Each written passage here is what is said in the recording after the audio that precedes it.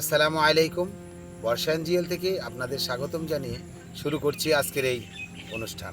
আজকে আমি আপনাদের দেখাতে নিয়ে আসছি এই গান্ধারিয়ার চকে। এখানে জনাব দেলোয়ার হোসেন সাহেব, ওনার বাড়ি সদর সাদাপুর এলাকায়। উনি এখানে এসে এই ধরনের সবজি খাতগুলি বছরকে বছর করে আসছে। তো এবছর গত বছর সে মোটামুটি সবজিতে অনেক টাকায় লাভবান হয়েছিলেন, কিন্তু এই বছরও বছরের শুরুতে ভালো টাকায় কিছু ইনকাম হয়েছে। এখন বর্তমানে বর্ষার সিজনে সে আপনাদের এই লাগিয়েছিলেন শশা লাগিয়েছিলেন বর্ষার মাসের মৌসুমে, যে হয়তো 10 থেকে 15 কেজি যদি শশা হয় 200-250 টাকা কেজি বিক্রি হয়। তো ওই সময় এই দুর্লভ জিনিসগুলা, দুর্লভ এই সবজিগুলা, যেমন মনে করেন শশা এই সময় পাওয়া যায় না। এই সময় উত্তরবঙ্গে ছাড়া দেশীয় শশা একটাও পাওয়া যায় না, যে কারণে দুর্লভ চেষ্টা করতে গিয়ে সে একটা হোঁচট খেয়েছে। দীর্ঘ 8 দিনের একটানা মুষলধারে বৃষ্টির কারণে আজকে তার পরিস্থিতি এত ভয়ানক হয়ে গেছে।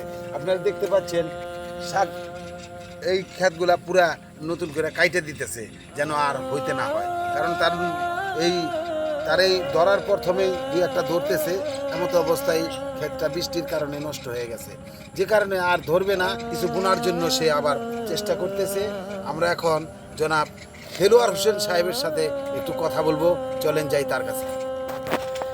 কি বলবো, এখন দেখতে পাচ্ছেন এখানে এই যে গাছের মাথায় কিন্তু ঠিকই ফল রয়ে গেছে, এই গাছের মাথায় ঠিকই ফল রয়ে গেছে, কিন্তু বর্তমানের যে গাছের যে অবস্থা, এই গাছের অবস্থা আপনারা দেখতে পাচ্ছেন, গাছগুলা কুকড়ায় গেছে। বৃষ্টির কারণে গাছের অবস্থা তেমন ভালো না। তিনি আগামী বুঝতে পারতেছে চলবে না, তেমন কোনো টাকা পয়সা পাবে না, যে কারণে উনি খুব দুঃখের সাথে গাছগুলা এখন যৌবন অবস্থায় কেটে ফেলে দিচ্ছে। আপনারা দেখতে পাচ্ছেন উনি খুব কষ্টের সাথে এই গাছগুলা কাটতেছে। আচ্ছা দেলোয়ার ভাই, আসসালামু আলাইকুম। ওয়ালাইকুম সালাম। তো ভাই, এই যে আপনি এই শশা ক্ষেত্রে কাটতেছেন কি কারণে? এটা আর শশা ধরবো না, এই কারণে কাটতাছি।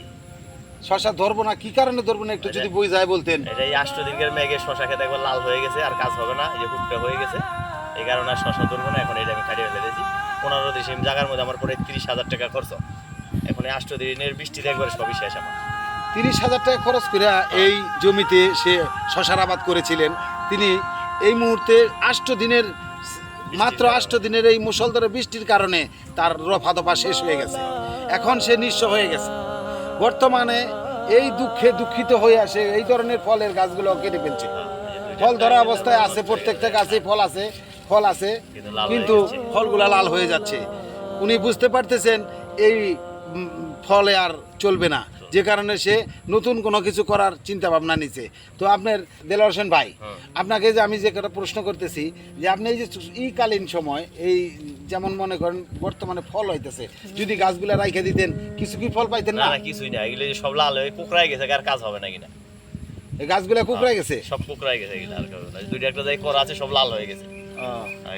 এই কারণে আর গাছে ফল ধরবে না, ফল আর ধরবে না। নতুন কি বোনার চিন্তা ভাবনা করছেন? এটা আবার ফিরে জালি বুনবো আমি। জালি বোনার চিন্তা ভাবনা করছেন, জালি কুমড়া। জালি কুমড়া, তো জালি কুমড়াতে আপনার কত টাকা খরচ যেতে পারে? আবার ফিরে আমার দেখা গেল 15,000 টাকা খরচ যাইব, আর উপায় নেই, আর কি করবো। এই বর্তমান যুগে কৃষি কাজ করাটা অতি দুষ্কর হয়ে পড়েছে। প্রত্যেকটা কৃষকই এবছর ধরা উঠাই পারতেছে না তার চালান। যদি 30,000 টাকা খরচ করে সে ফসল বুনে, সে পায় না 15,000ও। এতে তার সাংসারিক দিক দিয়ে অভাব অনটন একটু লেগেই থাকে। কৃষকের যে দুরবস্থা, এই বছর প্রাথমিক পর্যায়ে কোনো বৃষ্টি ছিল না। এখন আষাঢ় মাসের শেষ হয়ে আসছে, প্রায় 15 দিন বা 20 দিন যাইতেছে। এমতো অবস্থায় যে পরিমাণ মুষলধারে বৃষ্টি হইতেছে, এতে যদি হইতে থাকে, চকে পাথরে কোনো ফসল থাকবে না, সব নষ্ট হয়ে যাচ্ছে। শাকগুলা পচে যাচ্ছে, গলে যাচ্ছে। এখন সবজি গাছগুলাও নষ্ট হয়ে যাচ্ছে। এমতো অবস্থায় কৃষক দিশেহারা হয়ে তিনি এই দেলোয়ার হোসেন ভাই ওনার ক্ষেত কেটে ফেলাইতেছেন। এটা আবার এক সময় হয়তো 2-1 দিনের ভিতরে যদি রৌদ্র আসে, তাহলে আবার এই ক্ষেত্রে আমাদের নতুন করে কোনো ফসল বোনার চিন্তা ভাবনা করতেছেন। উনি অলরেডি চিন্তা ভাবনা করে নিয়েছেন যে এই জমিতে চাল কুরমা লাগাবেন।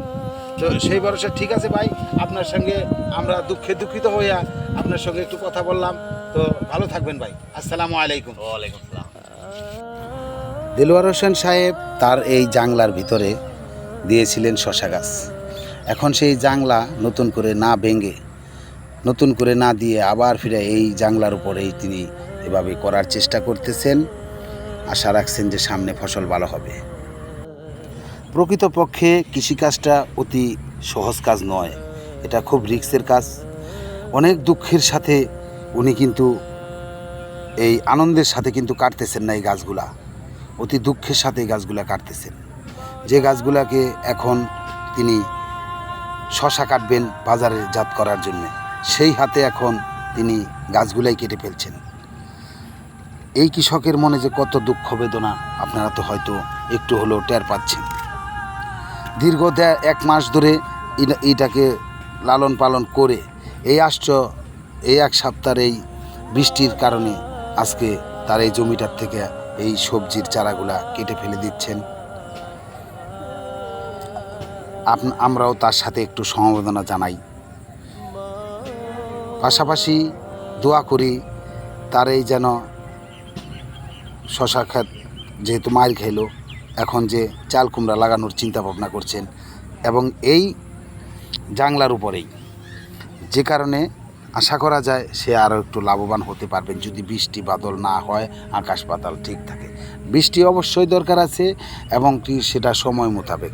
8 দিন 7 দিন পর পর বৃষ্টি হলে অবশ্যই উপকার হবে, 2-1 দিন পর পর যদি হয় তাও উপকার হবে, কিন্তু টানা মশলধরে বৃষ্টি যদি হয়ে যায় তাহলে অবশ্যই কৃষকের একটু ক্ষতির দিক পোহাতে হয়।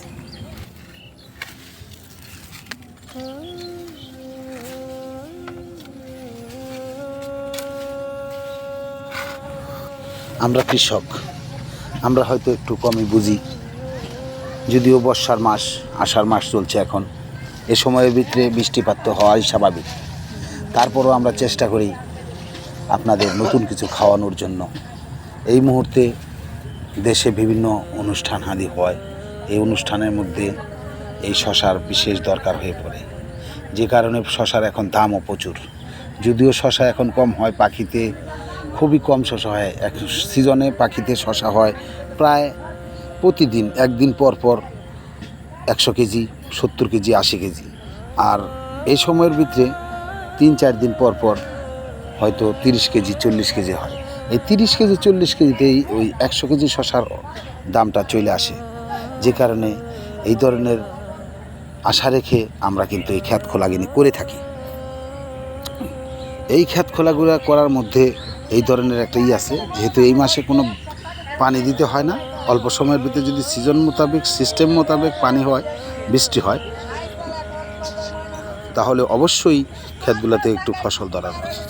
যে গাছটা আপনারা দেখতেছেন এই গাছটা ঠিক আছে, অল্প দিন পরে এটা ফলন আসার কথা, কিন্তু উনি চাচ্ছেন না যে এখন এই মুহূর্তে এই 2-1টা গাছ এসে বসে থাকবে। কিন্তু এখন তো ফসলের সময়, নামার জমিগুলো সবগুলো ডুবে যাচ্ছে বৃষ্টির বর্ষার পানিতে। টানি সম্পত্তি, টানি জায়গার ভিতরে যে জায়গাগুলো ডুবে না, সাধারণত এই জায়গাগুলোর মধ্যে ফসল ফলানোর জন্যই এখন উত্তম সময়। এই সময়ের ভিতরে 1 পাখি জায়গা ক্ষেত বললে 3-4 পাখি ক্ষেতের সবজির দামটা চলে আসে, একটু দামটাও বেশি থাকে। সব সময় মানুষ এই কাজগুলা করে না।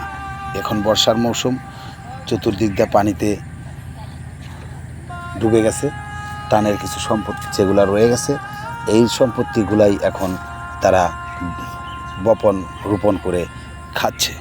তো এই পর্যন্ত যত কৃষকই আমরা দেখতে পাচ্ছি, প্রত্যেকেই কিন্তু তারা নিজ নিজ এই কাজগুলো করে থাকে। সাভারের অদূরে বনগাঁ ইউনিয়নের গান্ধারিয়া গ্রামের এই কৃষক দিলওয়ার হোসেন ভাইয়ের সাথে আমি দেখা করলাম, কথা বললাম।